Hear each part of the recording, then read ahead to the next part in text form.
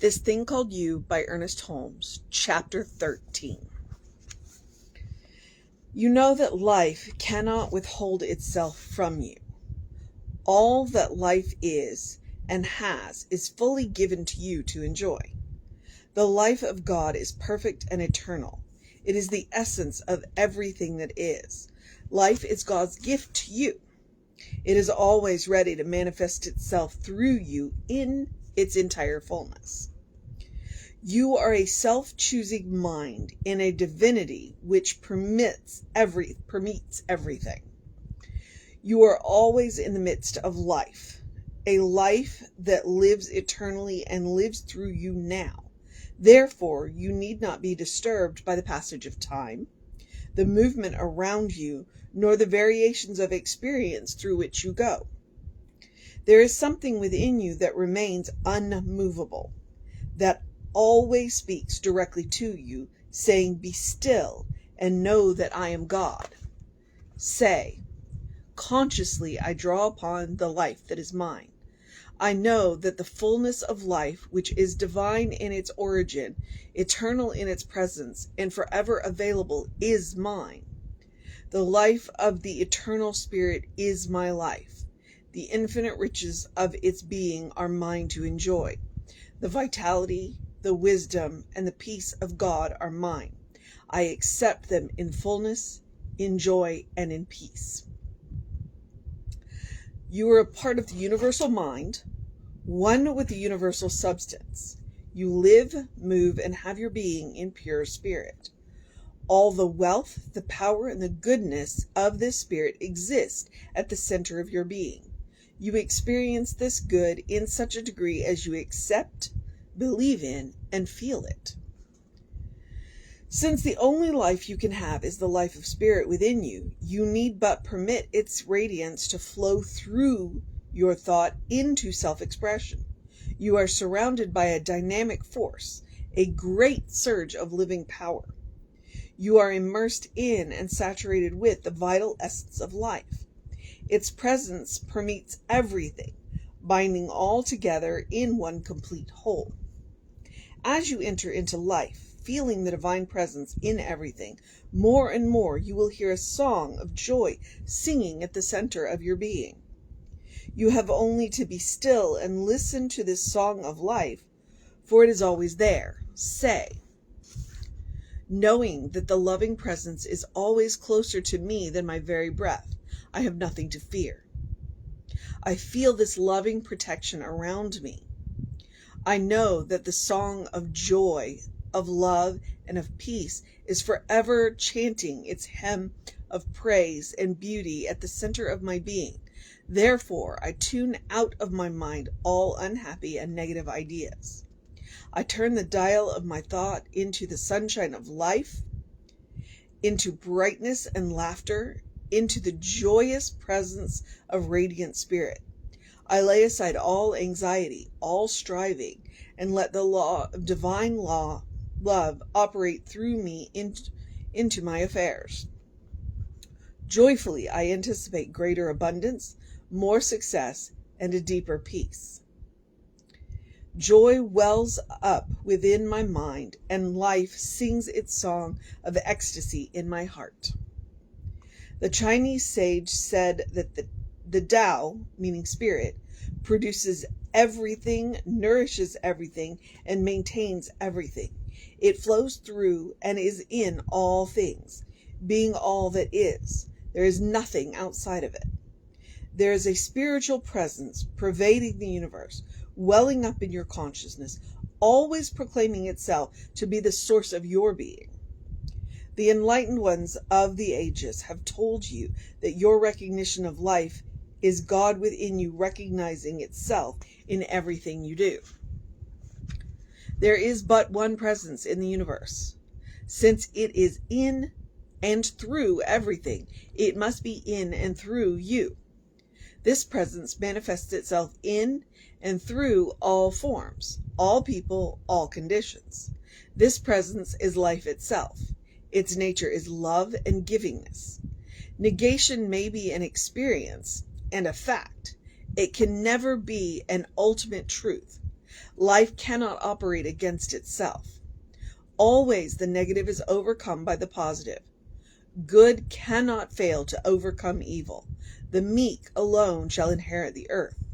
Finally, it will obliterate everything unlike itself, even as the sun dissolves the mist. Say, I refuse to contemplate evil as a power. I know that it will flee from me. It dissolves and disappears in the light of love. I know that hate cannot exist where love is recognized. I turn the searchlight of truth upon every apparent evil in my experience. This light dissolves every image of evil. The manifestation of good is complete. Love makes the way clear before me. I am guided into an ever-widening experience of living. My every thought and act is an expression of the goodness which flows from life. The divine circulates through me automatically, freely. Every atom of my being is animated by its action. I know that at all times I have a silent, invisible partner walking with me, talking with me, operating through me. Continuously, I keep my mind open to its guidance, to its inspiration and illumination. You are either attracting or repelling according to your mental attitudes. You are either identifying yourself with lack or with abundance, with love and friendship or with indifference. You cannot keep from attracting into your experience that which corresponds to the sum total of your states of consciousness. This law of attraction and repulsion works automatically. It is like the law of reflection. A reflection corresponds to the image held before a mirror. Life is a mirror peopled with the forms of your own acceptance. How careful then you should be to guard your thoughts, not only seeing to it that you keep them free from doubt and fear, accepting only the good, but equally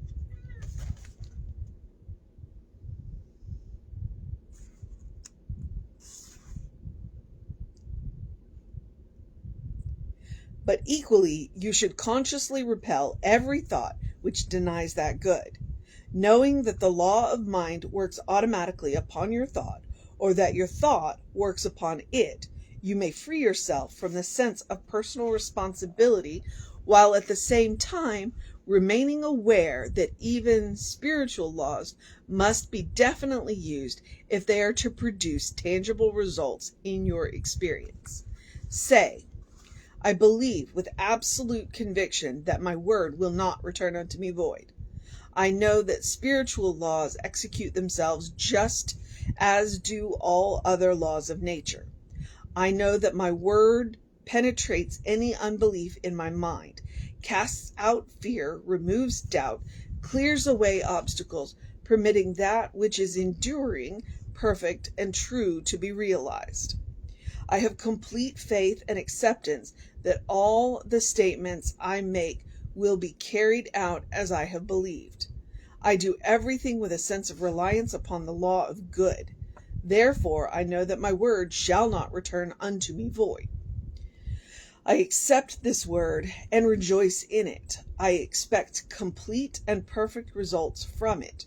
I relax and let a power greater than myself work for me, in me, and through me.